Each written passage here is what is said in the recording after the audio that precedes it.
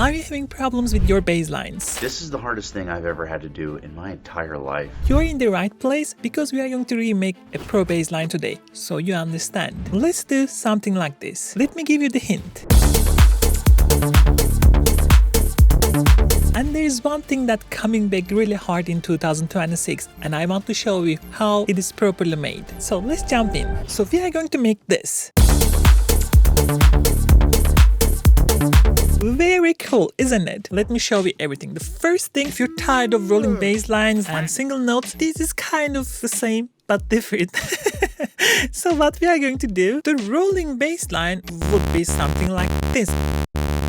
Now we're gonna break apart that one. First the rhythm. You can create your own rhythms, but we are going some more like loose rhythm here. And we're gonna fill those empty spaces, again the same note, but we're gonna play some octaves, so it gets a bit playful. Let's start from up, and then up again, and then maybe octave jump and come back, because we have a lot of space here, don't we? The good thing with this type of bass, you can actually follow the chord progression without a problem as well. That will just work. Now, there is one thing that is happening in 2026, that the old bass sounds are coming back. As AI trained all of vintage sounds. But we're gonna do it like a producer way. We're gonna recreate it, okay? It doesn't matter which synthesizer that you have. We can create that old school sound, no problem. What we want, first get one octave down. Get the filter, get 18. Something like this. Get a bit drive. It is actually fine with the resonance. You can have it like this. But for now, I'm going to just get something like this. A bit fat, a bit drive. And of course, you can go to Serum 2 tables, analog, and you want to go something like these ones. My own presets. We're going to get the PR1. I sampled myself, okay? We go. So this is your sub. But if you just play like this, it won't work out. So what you want actually, first assign your envelope. So you want to sustain the volume envelope still a bit. Put into the mono. So it re-triggers. Then we're gonna get another envelope. This time we're gonna make it very, very plucky like this. And then put it into the cutoff. Bring it down.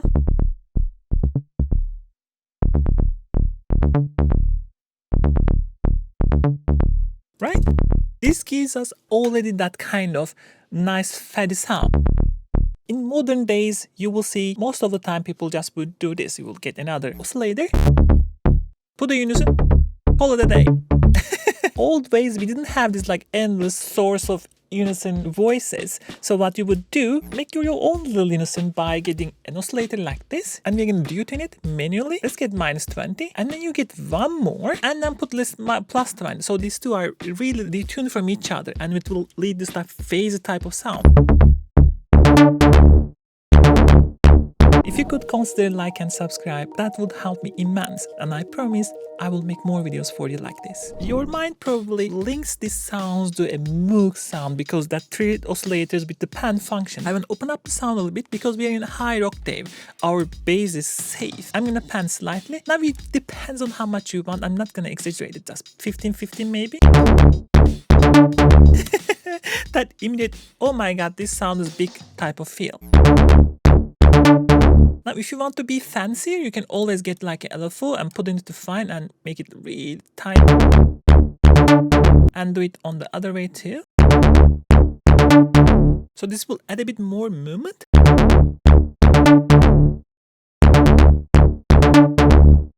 Exaggerate even more. And we just free move. Gorgeous, isn't it? Bring down the resonance tone. What I like to do, I want my sub bass even more stable. I'm going to bring down this and bring random to 0, so the sub is always the same. I'm going to give it a bit of release. Bring down the beat a bit. And then the one thing, I want this like a transient on top. The way I like to do it, you get something like this color. Let's get the white noise. Putting into the filter. You can make it. This sounds like a noise. The way I like to do it, actually get that envelope on top of that level too. Right? again, we are emulating a vintage sound. There are not so many LFOs options on old days, even though there were still quite a bit. There are not much. The one thing that I like to do still though is actually go to FX and add a EQ. I want that top part a bit more elevated, the way I like to do it. Again, put that gain here, like this. We're gonna pull down a bit, put the Q like this. You can either use this. The sound gets much snappier, but you can also go something like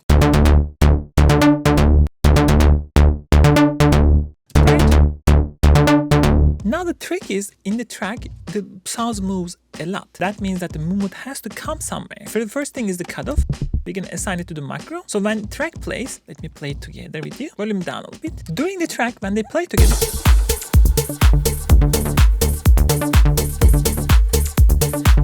right? This kind of has this really movement. Let's bring that cutoff a bit down.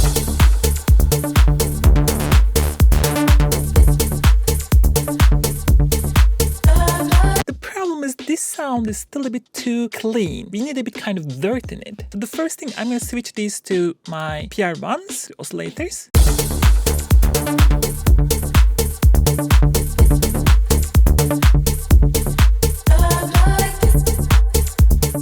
Already much better.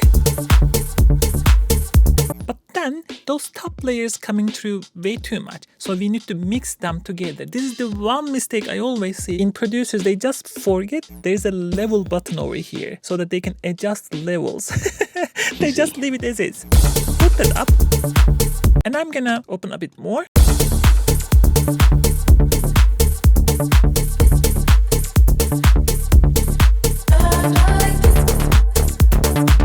Right? Let that bottom sub layers take over and use the top layers more like a voicing, color voicing, right? Now it sounds much more stronger.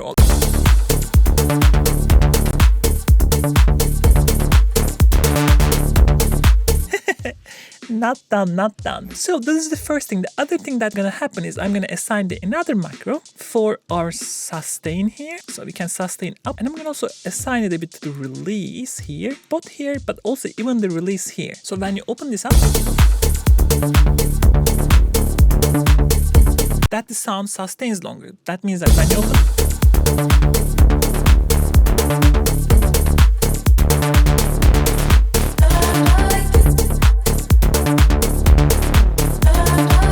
cut off a bit too much, I'm going to bring that down. I'm going to actually bring this down a bit, bring this down a bit. And then I'm going to actually increase the envelope to amount. I want a bit more. Yeah. Now, the dirtiness, we are still not done. I want more dirt, more dirt. The one thing that I love is actually more reactive saturation, which means that the saturation acts depending on the volume or the shape of the signal itself. It's kind of quite advanced topic, but what I want to do is actually just bring in the Vanguard, turn on this and ignore the compression side, and I'm going to turn off the RSX already on. And these are my tube saturation buttons. So I'm going to saturate the sound more, and RSX will make this saturation react to the hotness of the sound, the type of the sound, and so on and so forth. The hot will be very hot. This is a very, very warm and super analog sound. And then I'm going to also clip this sound a bit. I'm going to go to hard. Oh yeah.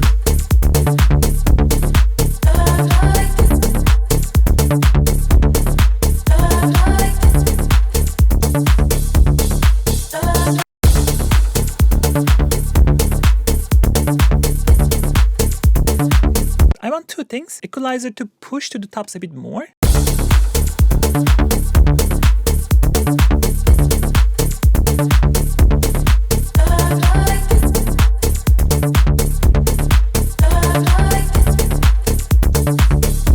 And actually boost the lows a bit so the sound gets a bit more like really like a bass sound, right?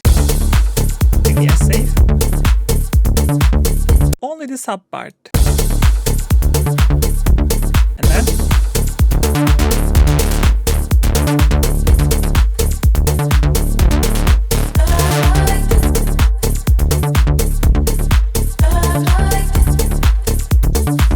give a bit more actual color here.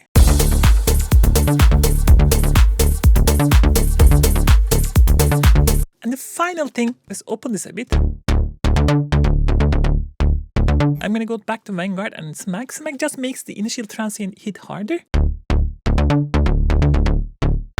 Yeah, that gets this grid. Yeah, here we go. So dirty. Now we have this. We are not done yet. I wish I would say we are done yet, but we are not. The bass is very elegant and you have to put that in front of people by automating the right parameters. Let's start with these two, cutoff and envelope. Those points where we go up, those are perfect places for automating and opening up the cutoff. It starts, right? And then you open up. And then maybe up again. You can actually do this by hand if you have any knobs around and connected to the hub. You can feel it by doing it manually. But I'm gonna be doing it with mouse so that I can show you.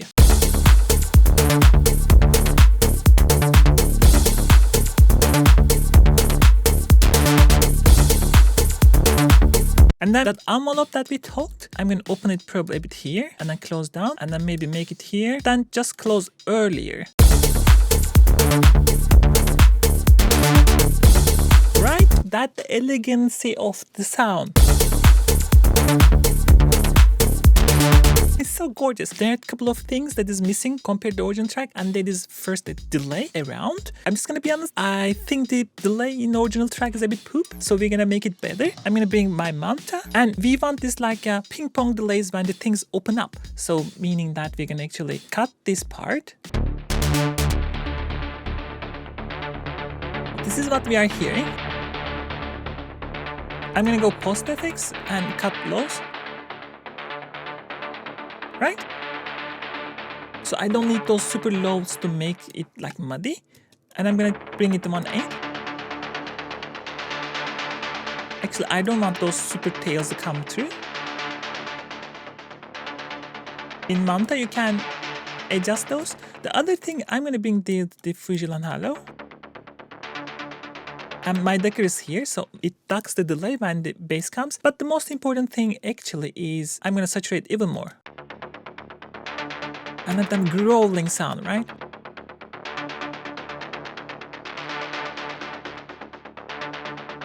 We can remove this. It's a chorus.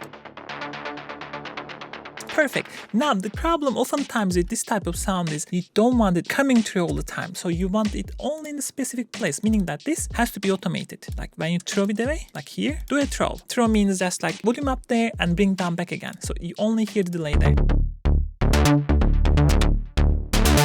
Right? And then here maybe.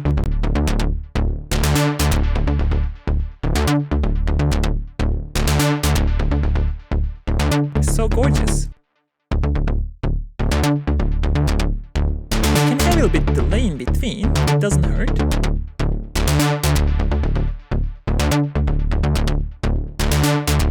Maybe make it slightly quicker. Maybe less delay.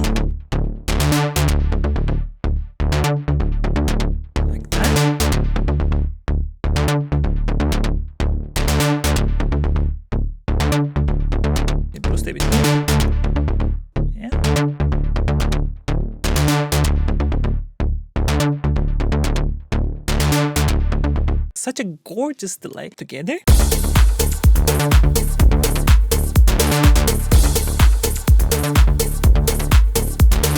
There's still one thing missing, unfortunately, and that is the sidechain compression. There are still some parts that we have the sub and the kick hitting exactly the same time. Now, because it's a very elegant sound, we don't want to duck this pumping effect all the time. So we need a multi-band sidechain, which is completely fine because we have Django. This is completely free. Link in the description. Just go download it. We're gonna go to multi-band, and I want the sub layer around here still ducking hard.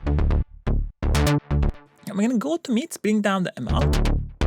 The ducking is much less aggressive. It will still give this kind of groove, and I'm going to go to tops and I'm going to bring down. Those tops, let them be. So the tops over here still comes in, but the subs are heavily ducked. So we can actually make the sub even probably longer once compensated. Something like this is even better probably. Get it?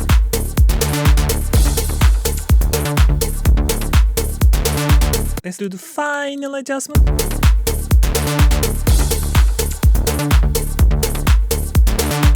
just duplicate it one more time, and finally we have this.